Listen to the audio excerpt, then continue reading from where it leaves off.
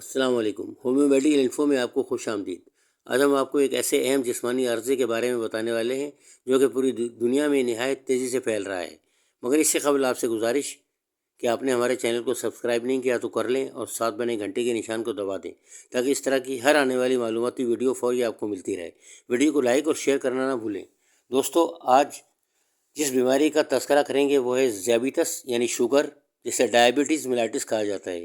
یہ ایک ایسا جسمانی ڈس آرڈر ہے جس میں یا تو جسم میں موجود لبلبا یعنی پینکریاز انسولین ہارمون بنانا کم کر دیتا ہے یا بالکل نہیں بنا پاتا، یا تو پھر انسانی جسم انسولین کے لیے کسی رد عمل کا اظہار نہیں کرتا، جس کے نتیجے میں بلڈ شوگر یعنی گلوکوز کی مقدار بڑھ جاتی ہے، جسے ہائپر گلیسیمیا کہا جاتا ہے۔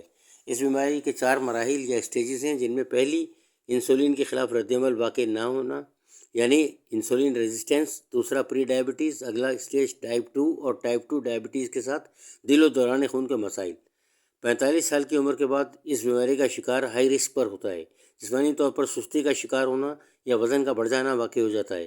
کاربوہائیڈریٹ یعنی نشاستے والی خوراک اس بیماری کی وجہ سے میٹابولائز نہیں ہوتی، جس کے نتیجے میں بلڈ گلوکوز بڑھ جاتا ہے۔ اس بیماری کے مختلف درجے ہیں، ٹائپ 1 اور ٹائپ 2 نوجوانوں میں، جسے MODY یعنی میچورٹی آنسیٹ ڈائبٹیز آف ینگ کہا جاتا ہے۔ اس بیماری کے ثانوی اسباب میں اینڈوکرائن سے متعلقہ غدودوں کے علاج، معالجے اور اسٹیرائڈ ادویہ کا حد سے زیادہ استعمال شامل ہے۔ ذیابیطس یعنی شوگر کے مریضوں میں صحت کے سنجیدہ مسائل جنم لیتے ہیں، جن میں ہارٹ اٹیک، ہارٹ اسٹروک اور گردوں کا فیل ہونا شامل ہے۔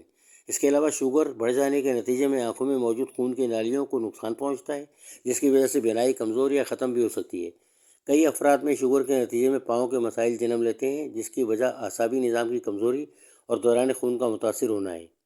زخم وغیرہ بھی تاخیر سے بڑھتے ہیں۔ صبح فاقے کی حالت یعنی فاسٹنگ بلڈ شوگر لیول 70 اور 100 کے درمیان ہو تو جسم کے نارمل یعنی تندرست ہونے کی علامت ہے، جبکہ 100 سے 125 تک ہو جانا خطرے کی گھنٹی بجا دیتا ہے۔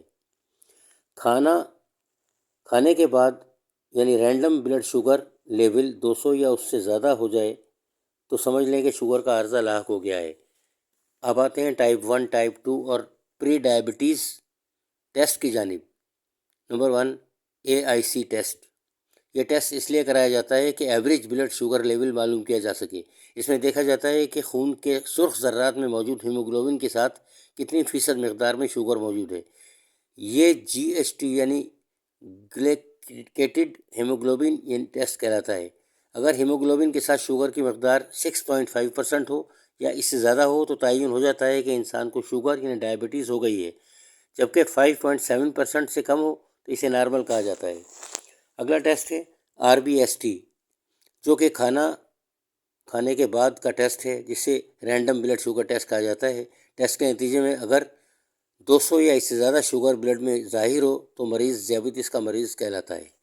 اگلا ٹیسٹ FBST، رات بھر کے فاقے کے بعد یہ ٹیسٹ یعنی فاسٹنگ بلڈ شوگر ٹیسٹ کرایا جاتا ہے۔ اگر پیمانہ 100 سے کم ہو تو نارمل اور 100 سے 125 تک ظاہر ہو تو پری ڈائبٹیز کی حالت کہا جاتا ہے۔ اگلا ٹیسٹ GTT یعنی گلوکوز ٹالرنس ٹیسٹ، یعنی رات بھر خالی پیٹ رہنے کے بعد بلڈ شوگر ٹیسٹ کیا جاتا ہے اور پھر کوئی میٹھا جوس وغیرہ پلا کر 2 گھنٹے کے وقفے سے ٹیسٹ کیا جاتا ہے، جس میں اگر 200 تک شوگر ظاہر ہو تو نارمل اور زیادہ ظاہر ہو تو ڈائبٹک مریض کہلاتا ہے۔ اب آتے ہیں احتیاطی تدابیر کی جانب، جو کہ انسان کو ڈائبٹیز یعنی شوگر کی بیماری سے محفوظ رکھ سکتی ہیں۔ اچھی صاف ستھری غذا کا استعمال، پیدل چلنا یعنی جسمانی طور پر اعضاء کا حرکت میں رہنا، وزن کو بڑھنے سے روکنا، باقاعدگی سے ورزش کرنا، تمباکو نوشی نہ کرنا اور ایسی غذا استعمال نہ کرنا جس سے بلڈ پریشر ہائی ہو جائے، کیونکہ ہائپر ٹینسو پیشنٹ میں بھی شوگر ہو جانے کا امکان زیادہ ہوتا ہے۔ ذیابیطس کا علاج ممکن ہے اور اس کے ضمنی اثرات کا علاج کیا جا سکتا ہے، اور غذائی احتیاط کے باعث شوگر کے مرض کی وجہ سے ہونے والی پیچیدگیوں پر قابو پایا جا سکتا ہے۔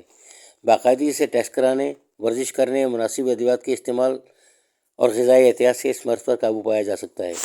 ہومیوپیتھک طریقہ علاج میں ذیابیطس یعنی ڈائبٹیز میلاٹس کی بیماری کے علاج کے لیے بہترین ادویہ موجود ہیں۔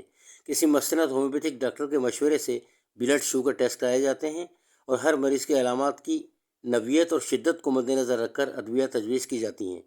مریض کی مکمل ہسٹری اور بیماری کے علامات اور پیچیدگیوں کو مد نظر رکھ کر ہومیوپیتھک ادویات تجویز کی جاتی ہیں، جس کے نتیجے میں مریض بہتری کی جانب گامزن ہو جاتا ہے۔ اس کے ساتھ ہی اگلی ویڈیو تک اجازت، اللہ حافظ۔